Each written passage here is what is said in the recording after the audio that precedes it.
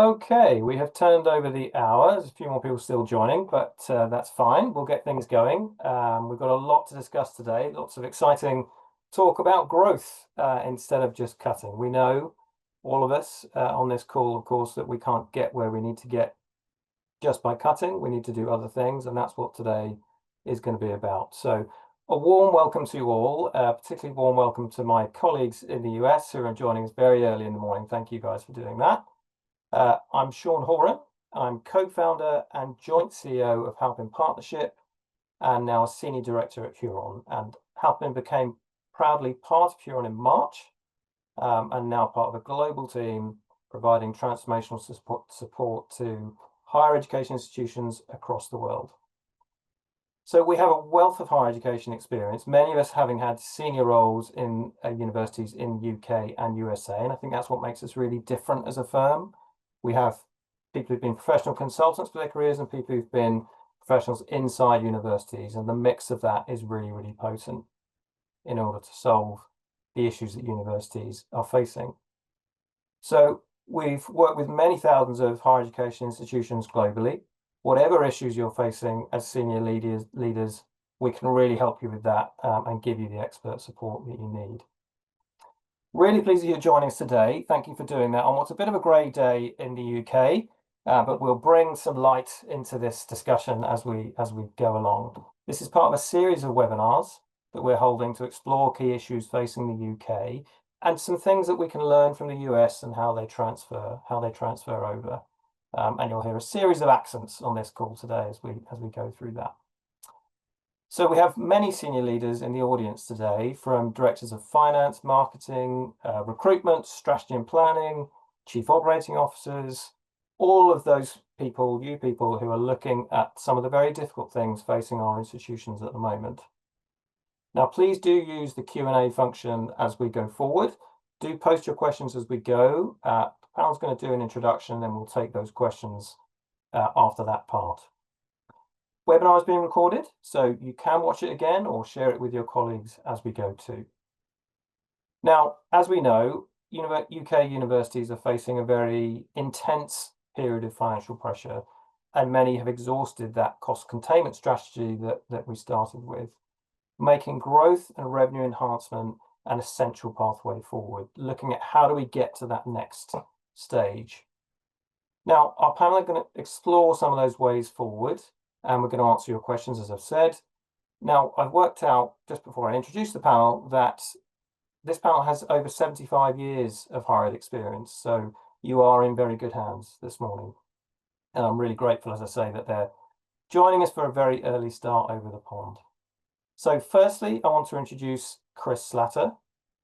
Chris focuses on helping universities to strengthen their operations and plan for sustainable growth, and you'll hear that a lot today.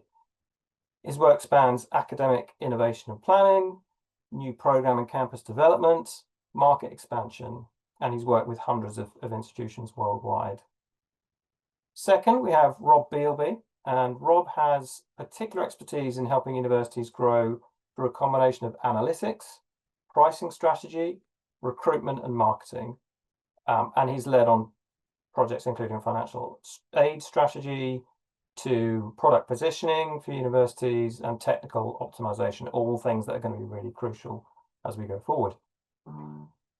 Rose Martinelli, also with us today, and Rose helps HE leaders with strategic projects, including strategic planning, exploring new revenue opportunities, enhancing student success, improving academic operations. So as you can see, we've got a great experience here across the piece for the questions that you're going to need to have. And also on the panel, we have Frederick with us as well, Frederick Lehusen. He is a specialist in student and academic strategy with an emphasis again on growth, there's that word. He is a Swedish national too. So as I say, lots of different accents on the call today. Has had experience of mergers and acquisitions, which we know is a big deal here too, of course. So they're going to share some introductory observations with you, and then we're going to open up for those questions. So I think that's enough from me for an introduction. I'm now going to hand over to the panel to give you some of their thoughts. Panel, over to you. Thanks, Sean. And I'll kick off for the group following on from some of Sean's comments and building on current context in higher ed broadly, but also what we understand the UK context to be, which is highly focused on a number of pressures, right? The pricing model has not aligned with the cost structures that many institutions are experiencing. We're not seeing revenue coming in the same way that dollars are going out or pounds are going out in this instance, and therefore having to think about the distribution of resources across campus. We've got a lot of volatility, both internally, but also across the globe in terms of policy, which are having implications for how we think about bringing students to campus, bringing revenue to campus. And those policy shifts and that increasing pressure is making us compete more and more with one another, as opposed to thinking about how do we each play a role within the broader context. And as institutions over the last several hundred years, we haven't always been consistent in the way that we align our activities with long-term planning. So often we have siloed decision making between finance, recruitment, marketing, enrollment, and academic offerings, which does not ultimately allow us to strategically drive our growth over time. We have spreadsheets in one place that are going up and to the right in terms of revenue, in terms of students, and we have others that are going down and to the right or staying flat, but never are they brought together in a really intentional way. And so here, what we intend to discuss is how do we start bringing all of those different stakeholders to the table to think about diversifying revenue, intentional growth based on market circumstances that are going to allow you to really see success over time, as opposed to having one spreadsheet that doesn't align with the ultimate reality that you're going to face. And why we think this is the right time is often we feel like institutions need a bit of certainty as opposed to guesswork when we're making decisions about where do we invest that next set of resources? How do we have some intentionality about year three, as opposed to how do we survive until next fall when our cohort is going to enter? And when we're able to do that, we can link long-term strategy to our financial and operational goals and targets so that we're able to move the needle forward instead of adjusting as each year comes in and doesn't align with our expectations. So if we move to the next slide, we're going to provide a framework that we use in most of our strategic engagements when we think about how an institution evaluates their trajectory over both the coming year, but also the coming several years.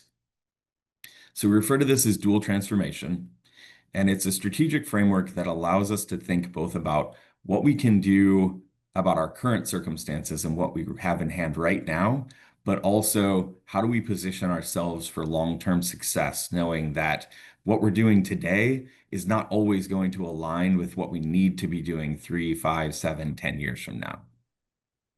So the first component of the dual transformation is what we refer to as transformation A, strengthening around your core of capabilities. So here we think about all of the things that we need to do to update and optimize what we as institutions are doing in the current moment. How do we refresh our current programs? How do we bring those into alignment with what the market is looking for? How do we optimize international strategy and diversify across what we have to offer? How do we make sure that the students that we're bringing in are retaining and progressing in the way that we want, which, if you do the math on it, drives as much revenue as expanding your incoming cohorts, if not more? And how do we, as an institution, optimize the way that we're using our resources so that we can invest in things in the future? That provides a foundation for transformation B, which is these longer term, more impactful, catalytic changes to your institution so that we're bringing something new to the market and hopefully repositioning ourselves downstream. So this can mean things in the online and hybrid space for institutions that haven't been functioning in that way. This can be moving into lifelong learning or stackable credentials. This is where some of the M&A conversations come in. How do we strategically position ourselves relative to other institutions? So we're expanding that footprint. And as we think about both Transformation A and Transformation B, there's a core of capabilities that allow you to succeed in both spaces. And so this is the C component we see in the middle in purple. How do we build a foundation for overall transformation? How do we think about building our technical architecture to support us both optimizing in the near term, but also adapting and adopting in the future term? How do we build a culture of change at the core of an institution so that it is not an uncomfortable exercise as new opportunities arise, but instead we have a core group of stakeholders who can handle those things? And how do we have a marketing and engagement platform so that we have the ability to push these changes out and benefit from the adaptations that our institutions are making over that period of time? So that provides a broad framework, and we're going to talk through a number of examples, but I'm going to hand to Rose to talk through another more focused framework, really honed in on Transformation A. Thanks so much, Rob. Lots to chew on there. Rose, you're going to take us through the next part. Yeah, thanks, Robin. Thanks, Sean. Um, I think the very first part of our work really is about strengthening the core, or for many of us, it's about institutional resilience. There are three very separate areas of frameworks in this area. We often talk about the administrative world, which is HR, technology, procurement, facilities, maintenance, those types of things that tend to already have gone through what I would call the cuts. This is not about cuts. This is about understanding ourselves. And on the other side of the house is what do I call the academic portfolio and the revenue streams or the student outcomes that we are going to look at. So I want to talk just a few minutes about what I call the least looked at parts of the academy, which tends to be the competitive market and how our academic portfolio is situated within that, and how well our students are performing within that, understanding that they have very many options. So let me start first with the academic portfolio. This is a part of our institutions that seems to be somewhat off of bounds for consideration. And what we want you to be thinking about right now is what are you offering? And how has that changed over the last number of years as students have enrolled in your programs? How is the demand changing? And how are we differentiating a little bit about what we do compared to competitors? One of the things that I think is really unique is over time we've added programs, but we actually don't know how our portfolio is compared to those that our students who are applying to us or trying to be our buyers are comparing us to. So I think this is a really wonderful opportunity for us to understand the effectiveness of our portfolio in compared to others, the efficiency of our portfolio. Are we teaching classes with small sections, or are we optimizing the use of our faculty as we go forward? So we're thinking about how do we strengthen our portfolio, position ourselves within the marketplace so that we understand who we are recruiting, how we are converting them, and how we are supporting their success, and what role does fee and pricing play in attracting students? To me, we often don't think about the work that we do in a longitudinal kind of look. We tend to look at annual planning as if that's the answer. But we need to think about how we have changed over the last 5 years, to think about where there might be opportunities for us to think about are those changes or additions helping us with our mission and our ability to serve the students who we feel we are best positioned to serve. This is all about understanding it, creating a shared context for our current state, the options that we have in front of us, and beginning to identify what are the possibilities for our institution to change. So we're thinking about not only undergraduate aid, undergraduate revenue and tuition, but graduate, but also thinking about what other diverse revenue streams might we begin to explore. We want to think about how we are able to be more effective in the recruitment of our students. And we're thinking about taking a much more data-informed view of the world as we evaluate who we are in the set of competitors. It's not just us. Students buy from us. And so our opportunity as an institution is to really understand that context and bring together a community that can help us see ourselves freshly. You can't grow yourself to success. You can't cut yourself to success, but you can focus yourself to provide a pathway to success. And for us, institutional resilience or sustainability is really a great way. This is just one of the many frameworks, but it's all about aligning to our mission, to our core business that we believe we are most well positioned to move forward and really be successful in as we move forward. I'd like to share three quick case studies that I think are very useful of three institutions in the US. Frederick, if you can move to the next slide, who recently went through this process, both on an administrative side, an academic portfolio side, and on what I call the enrollment and student success side.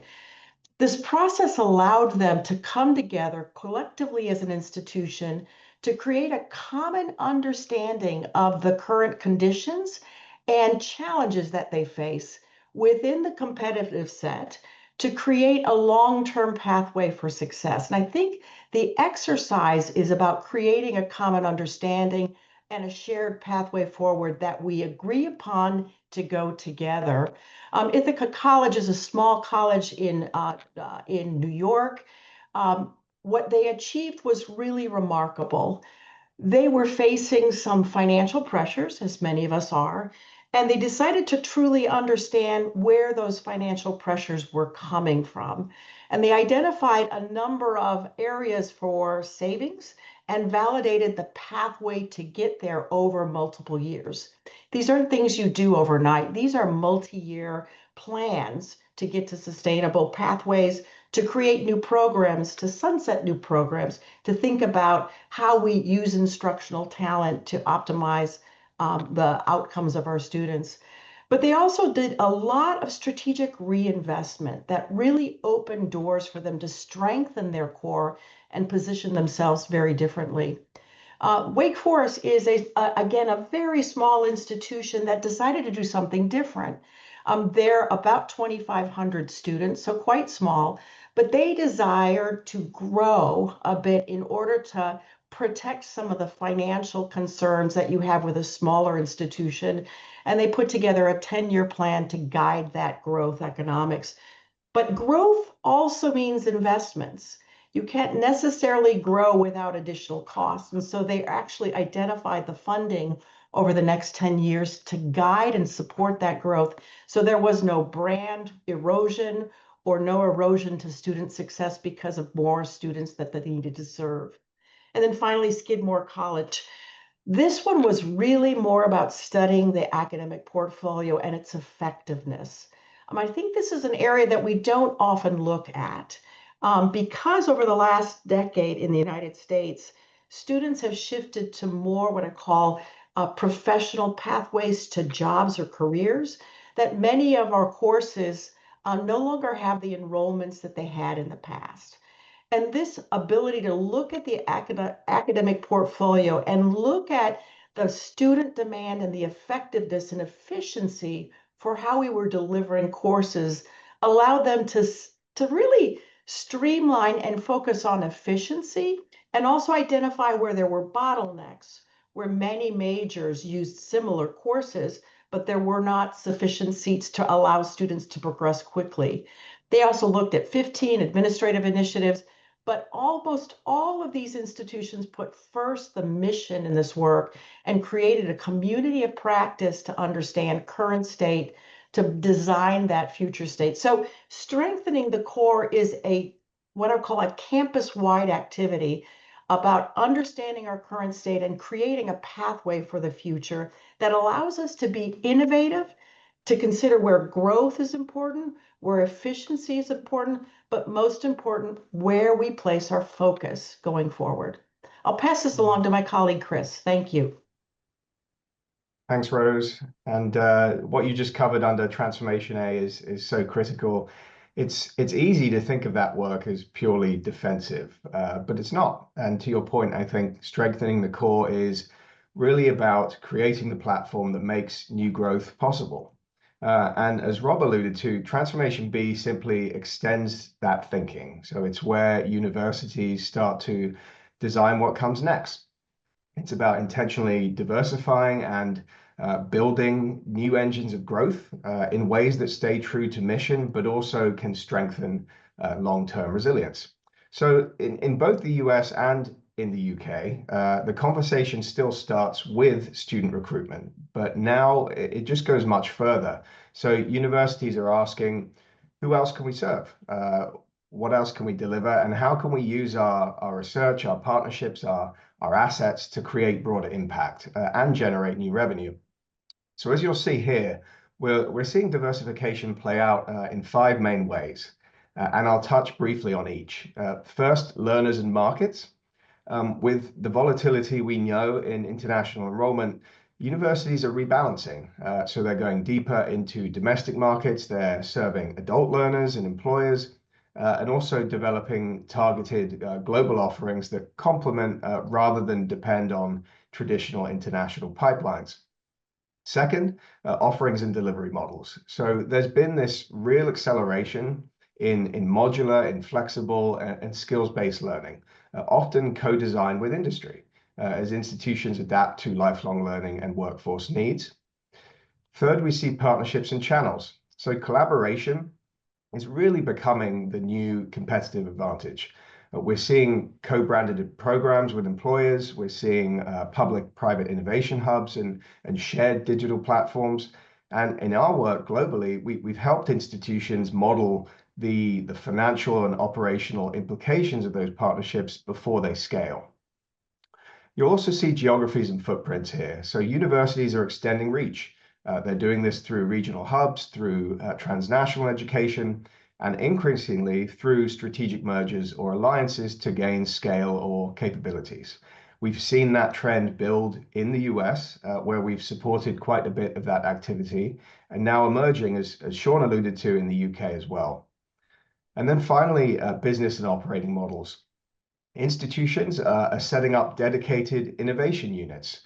Sometimes they're venture studios or transformation offices to pilot new ideas and connect learning, research, and enterprise more dynamically. And those give universities the agility to test and adapt without destabilizing the core. So Transformation B is really about designing for the next chapter, being deliberate about where and how the growth can happen, but also using evidence and modeling to guide those choices. And so to bring that to life, let's look at a few universities that have done this well.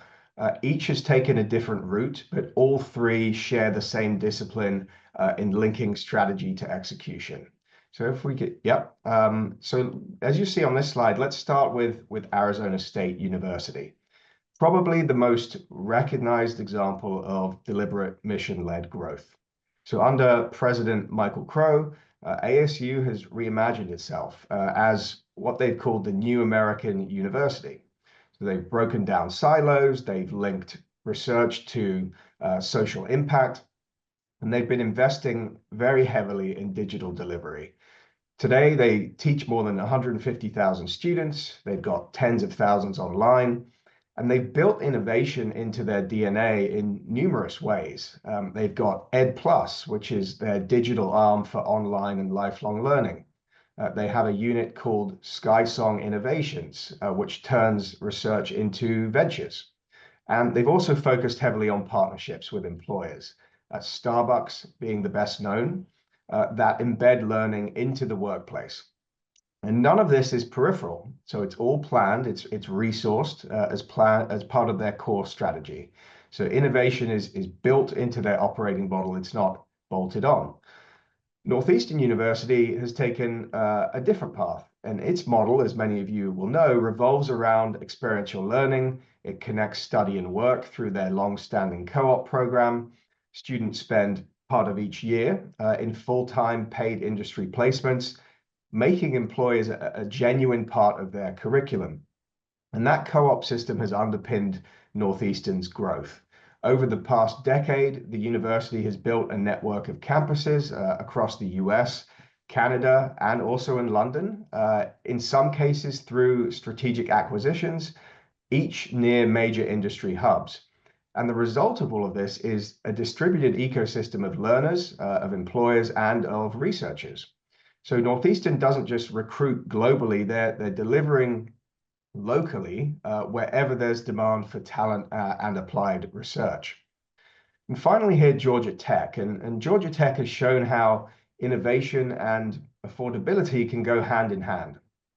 About a decade ago, they launched low-cost online master's degrees in computer science and analytics.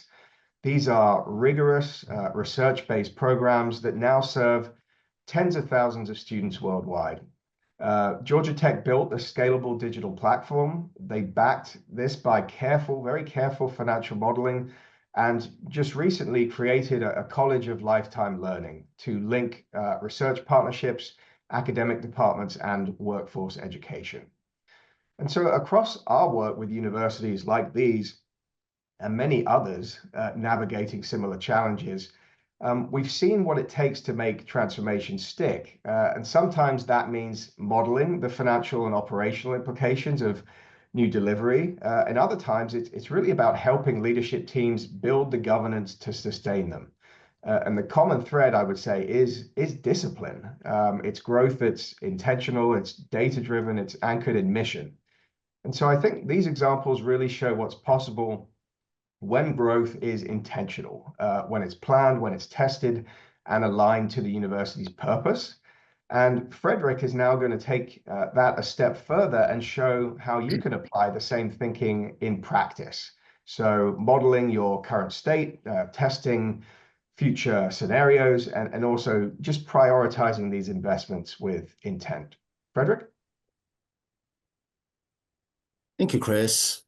So you've seen the frameworks and examples of institutional resilience, pathways to growth and diversification, and how universities can create new markets to expand their offerings. Now, let's really dive in here and see how these frameworks can be applied and put into place and really integrated into your planning. So first, what's really important here is to create a trusted view of the institution that leads to that really allows you to see the true financial pressure points in areas such as program performance, cost basis, and income dependence.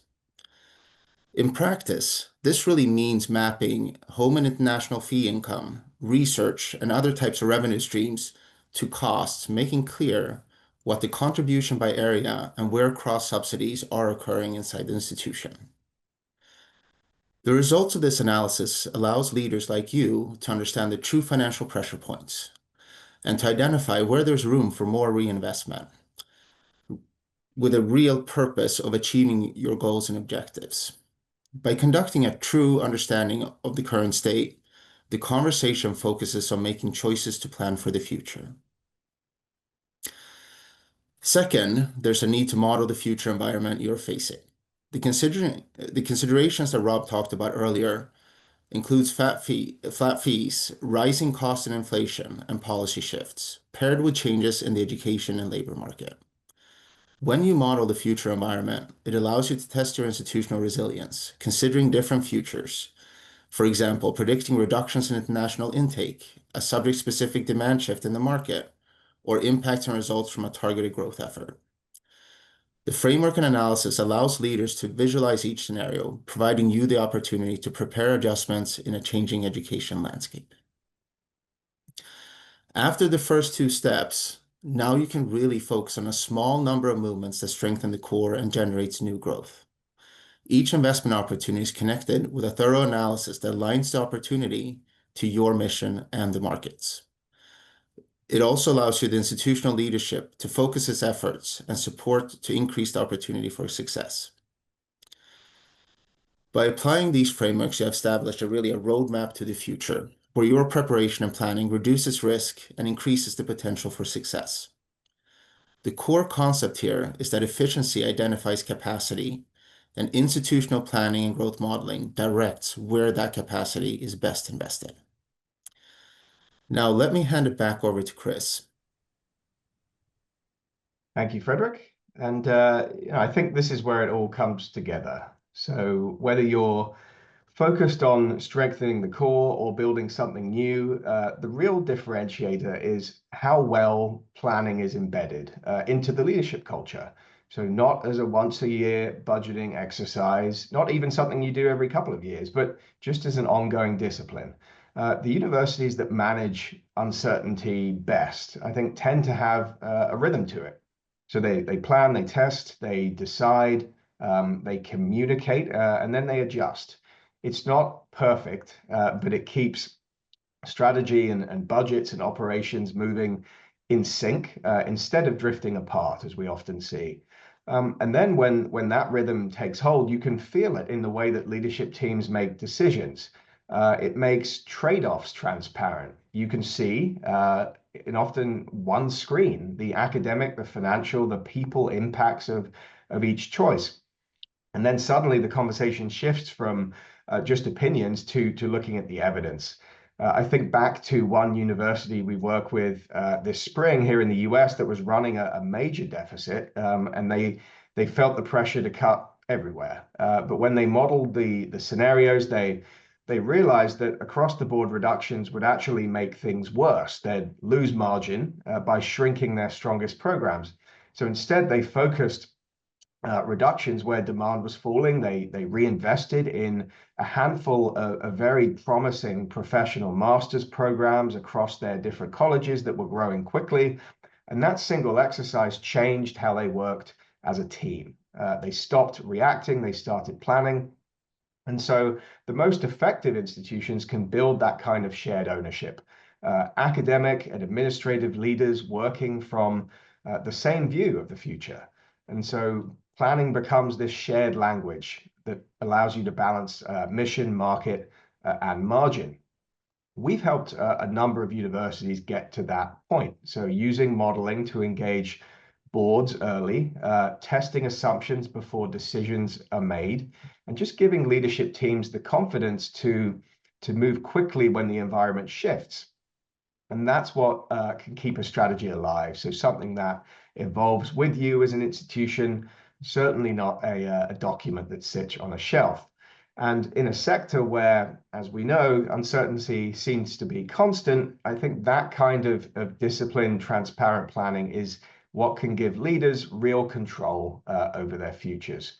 And once that discipline takes hold, it changes not only decisions, but also culture.